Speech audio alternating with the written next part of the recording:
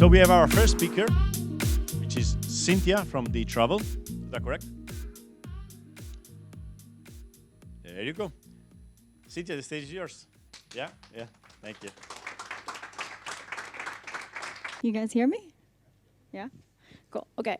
So Luca did a lot of the hard work in introducing that spectrum of decentralized versus centralized. And as he was saying, it's a progression. And I think that when we started, it was very decentralized, very idealistic. And what we've realized is that actually something in the middle is probably the most realistic, especially if we want to get to mainstream adoption. So that's really where I'm going to be talking about. That's my position, is in that middle. How do we get to mainstream adoption? Because it's great if we're all in this room, we're all like big advocates and early adopters. But if it's just us, it's never going to survive, right? We need it to be everybody to adopt it. So quickly about me, I'm Cynthia. I'm the CEO of Dtravel, which is a Web3 vacation and travel ecosystem, and we build products for the vacation rental industry. That's sort of my background. I'm a serial founder. Obviously, I like being poor and stressed all the time, so that's why I keep founding companies. But I'm the founder of Airhost Forum, which is the largest Airbnb forum online, and then also Altcoin Fantasy, which is a crypto trading simulation game. And fun fact about me, I'm a nomad. I've been living in an RV since 2017.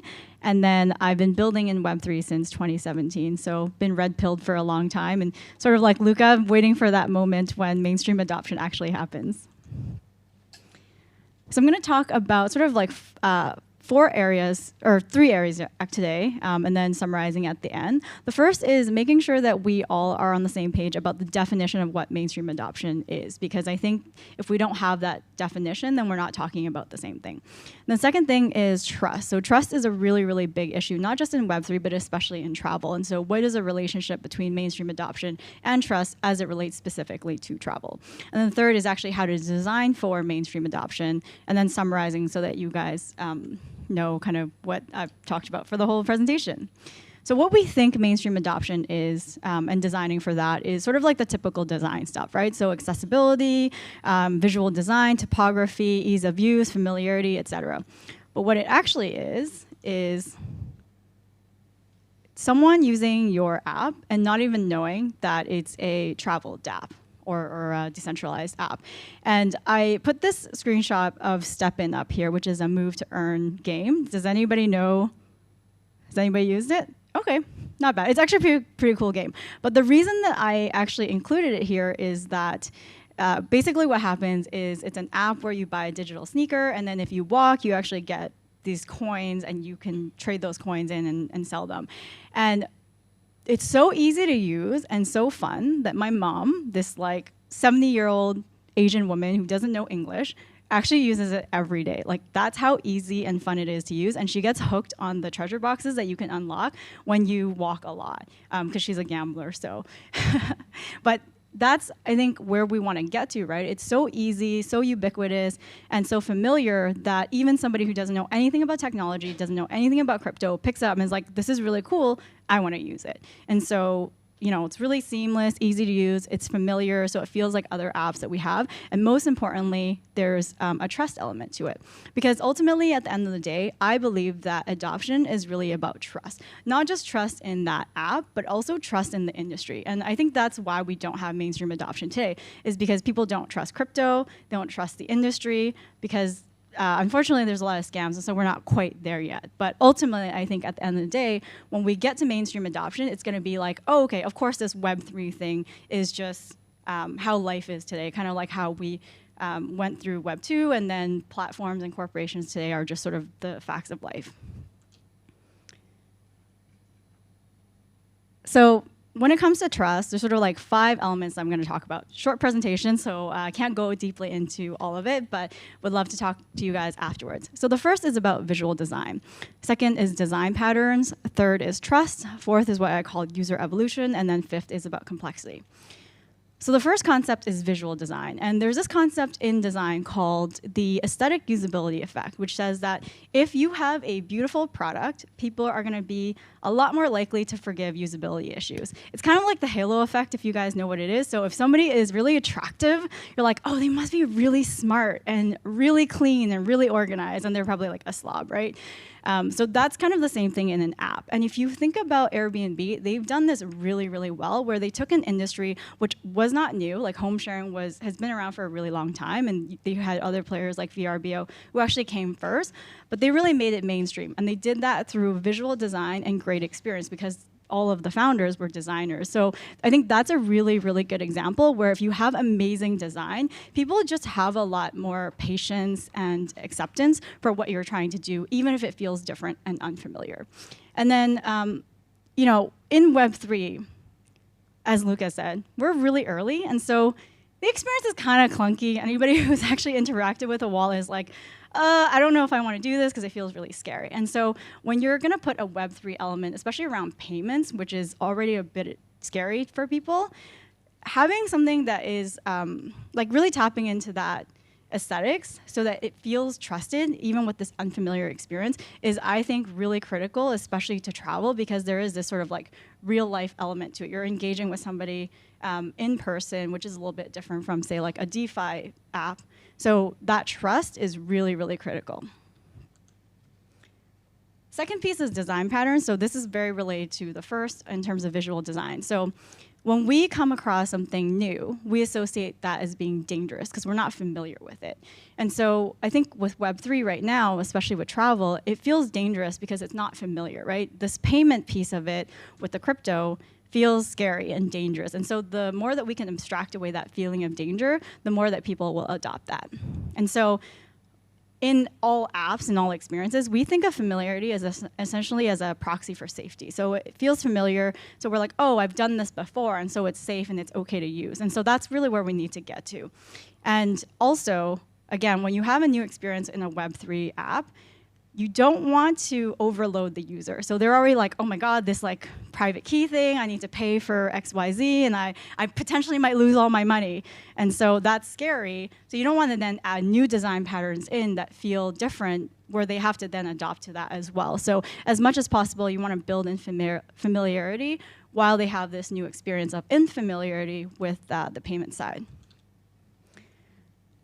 I've talked a lot about trust. So how do you actually design trust into the app itself? And I think that the lens of B2B versus B2C matters a lot, because when you're designing for a consumer versus if you're trying to design for a company, it's actually a little bit different. So consumers, they want an amazing experience that feels really seamless. They want something that feels really easy to use, whereas companies, you know, they want social proof in terms of customers or partners or even investors. So that does matter in terms of where you're starting from. The second thing is what I call borrowed trust. So if you're a new company, a new app, and you're just starting out, and maybe you don't have that brand recognition yet, how can you essentially borrow trust from somebody else so that you get their credibility? And so if, let's say, for example, you're a B2B app, you can use that in terms of investors and customers. You can say, hey, I'm partnering with Marriott. And even though you're an unknown brand, if they know that, oh, you've partnered with Marriott, that probably says something about you because they've kind of done all of the work in vetting you out. And so I could probably trust because it, again, becomes a proxy for trust. Now, if you're pretty early, which most of us are, I think, and maybe you don't have product market fit, you don't maybe have a product yet, or maybe you don't even have customers, you can actually think about ecosystem partners as that borrowed trust. And so want to shout out Mike from Plug and Play here. Dtravel went through Plug and Play. It was amazing, really, really good experience. But I bring that up because us going through that program and saying, hey, we were part of Plug and Play actually means something to a lot of people in the industry who's familiar with that brand. And so even if you don't have the customers, you can rely on ecosystem partners like that for you to boost your own credibility. Now, user evolution. So within Dtravel, we say this a lot, which is design holistically, but build incrementally. And so the idea is that you want to begin with your end in mind, because this is really important so that you know what kind of design decisions you want to make from the beginning. So if you're going to say, for example, start out really, really niche for people who are Web3, but you eventually want to go mainstream, you kind of know what significant milestones you need to hit along the way. However, if you're starting really, really broad and then going really niche, again, you're going to kind of know what you need to build towards. And that's really important so that you're making those design decisions up front. And it's really important to design for your initial user, because what they care about is going to be very different from your end user. So if you're starting out niche, for example, people today in Web3 kind of like want that complexity, right? If you don't have that complexity to say, here's like all the transaction hashes, and here's your nonce so that you can check it. People are like, oh, I don't know, that's kind of sketchy. But if you showed that to a mainstream user, they're gonna be like, I don't know what this is, I'm gonna click off. And so it's really, really important to think about what are the markers of trust for your user as it stands today. And then there's this concept of adjacent users in product development, which is your adjacent user is essentially very similar to your existing user or your current user today, but they have slight differences. And you know, it's like maybe a 20% difference, but you need to adapt for that 20% so that you can expand outward and get the next user. And that is really important to think about, because how you design, again, for that trust is gonna be pretty important for you to sustain that growth. And you know, the next 20% beyond that is gonna look slightly different. So again, like, designing holistically so you know what that journey looks like is really important. And then finally, complexity. So in Web3, we love the jargon, we love the insider language, because it means that you're like me, you're in my tribe. But when we, you know, if we want to get to commercial success, to mainstream adoption, that's not going to work. Like, you know, all of us in the room, again, is not going to work, right? We need the normies to come in and be bought in, and we're not going to do that through complexity and insider language and jargon. So in design thinking, there's this concept of designing for the normies, but then making it so that essentially anybody who sort of like is an insider, an early adopter, can configure it for their use. Because somebody who is, you know, an average person, if you make it easy enough for them to use, the more complex kind of early adopters will be able to figure out how they can configure it to be more complicated, but it doesn't work the other way around. And commercial success is going to be dependent on mainstream adoption and a lot of people adopting it.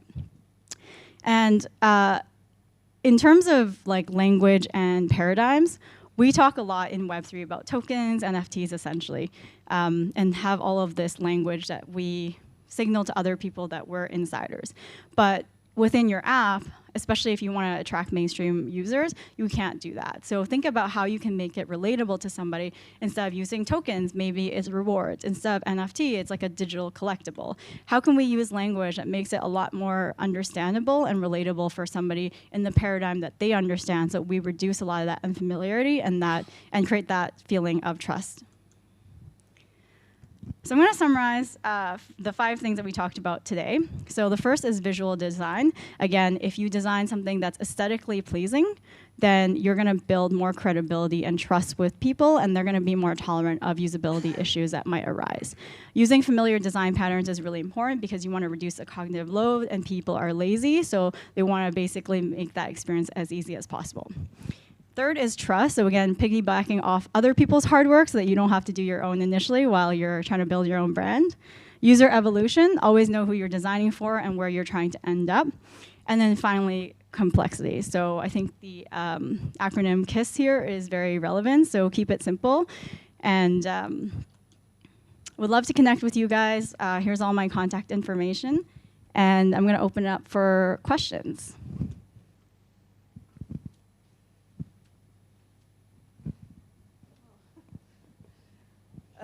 Actually, not necessarily a question, but I just want to say hi, everyone. I'm Anna from Lufthansa Innovation Hub.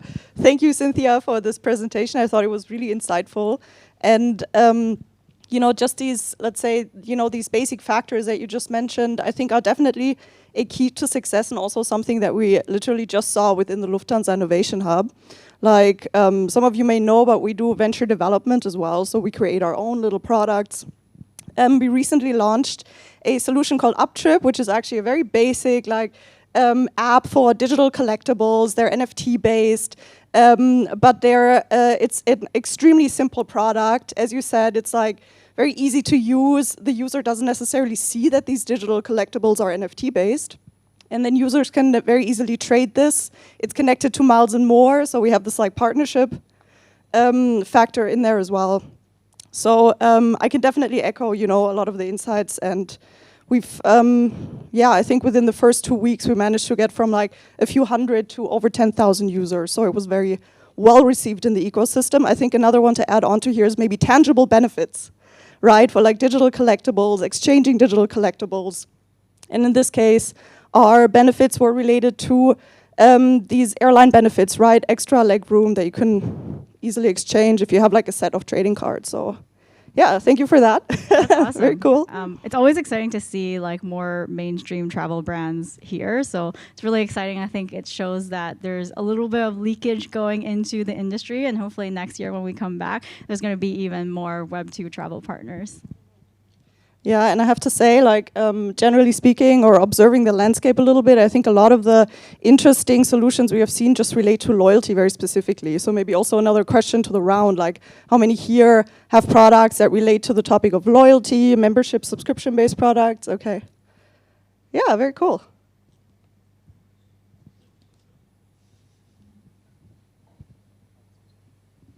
Hi, Cynthia. Hello. I'm Amir. I'm an early adopter for Dtravel, but I thought I'd ask a question as well while I'm here.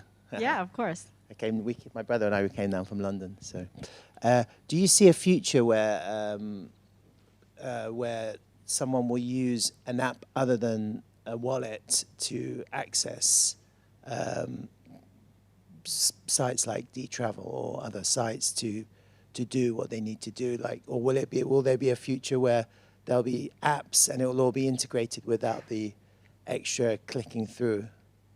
Yeah, that's a really good question. So if we think back to that decentralization versus centralization, I think it's almost like a false narrative that it's binary.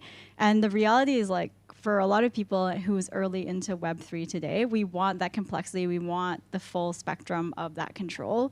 But the reality is, like, most people don't want to hold on to their keys and probably shouldn't hold on to their keys. And so it's actually not more safe for them because they don't have the controls to be able to own their own keys.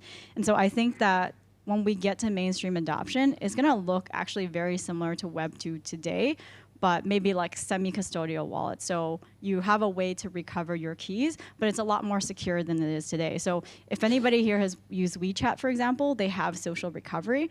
So basically what you can do is you can elect a certain number of people to basically vouch for you and then help you recover. And I think that's where mainstream adoption is going to end up, where we have a certain number of trusted people that you can help recover your keys. And so you still have control in that way, where it's not a centralized entity that owns your keys, but then you have other people who are basically like guardians of your keys that can help you recover.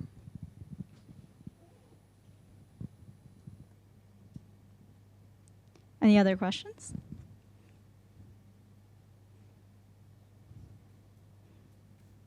No? Okay, Luca, I will pass it over to you. Thank you, Cynthia.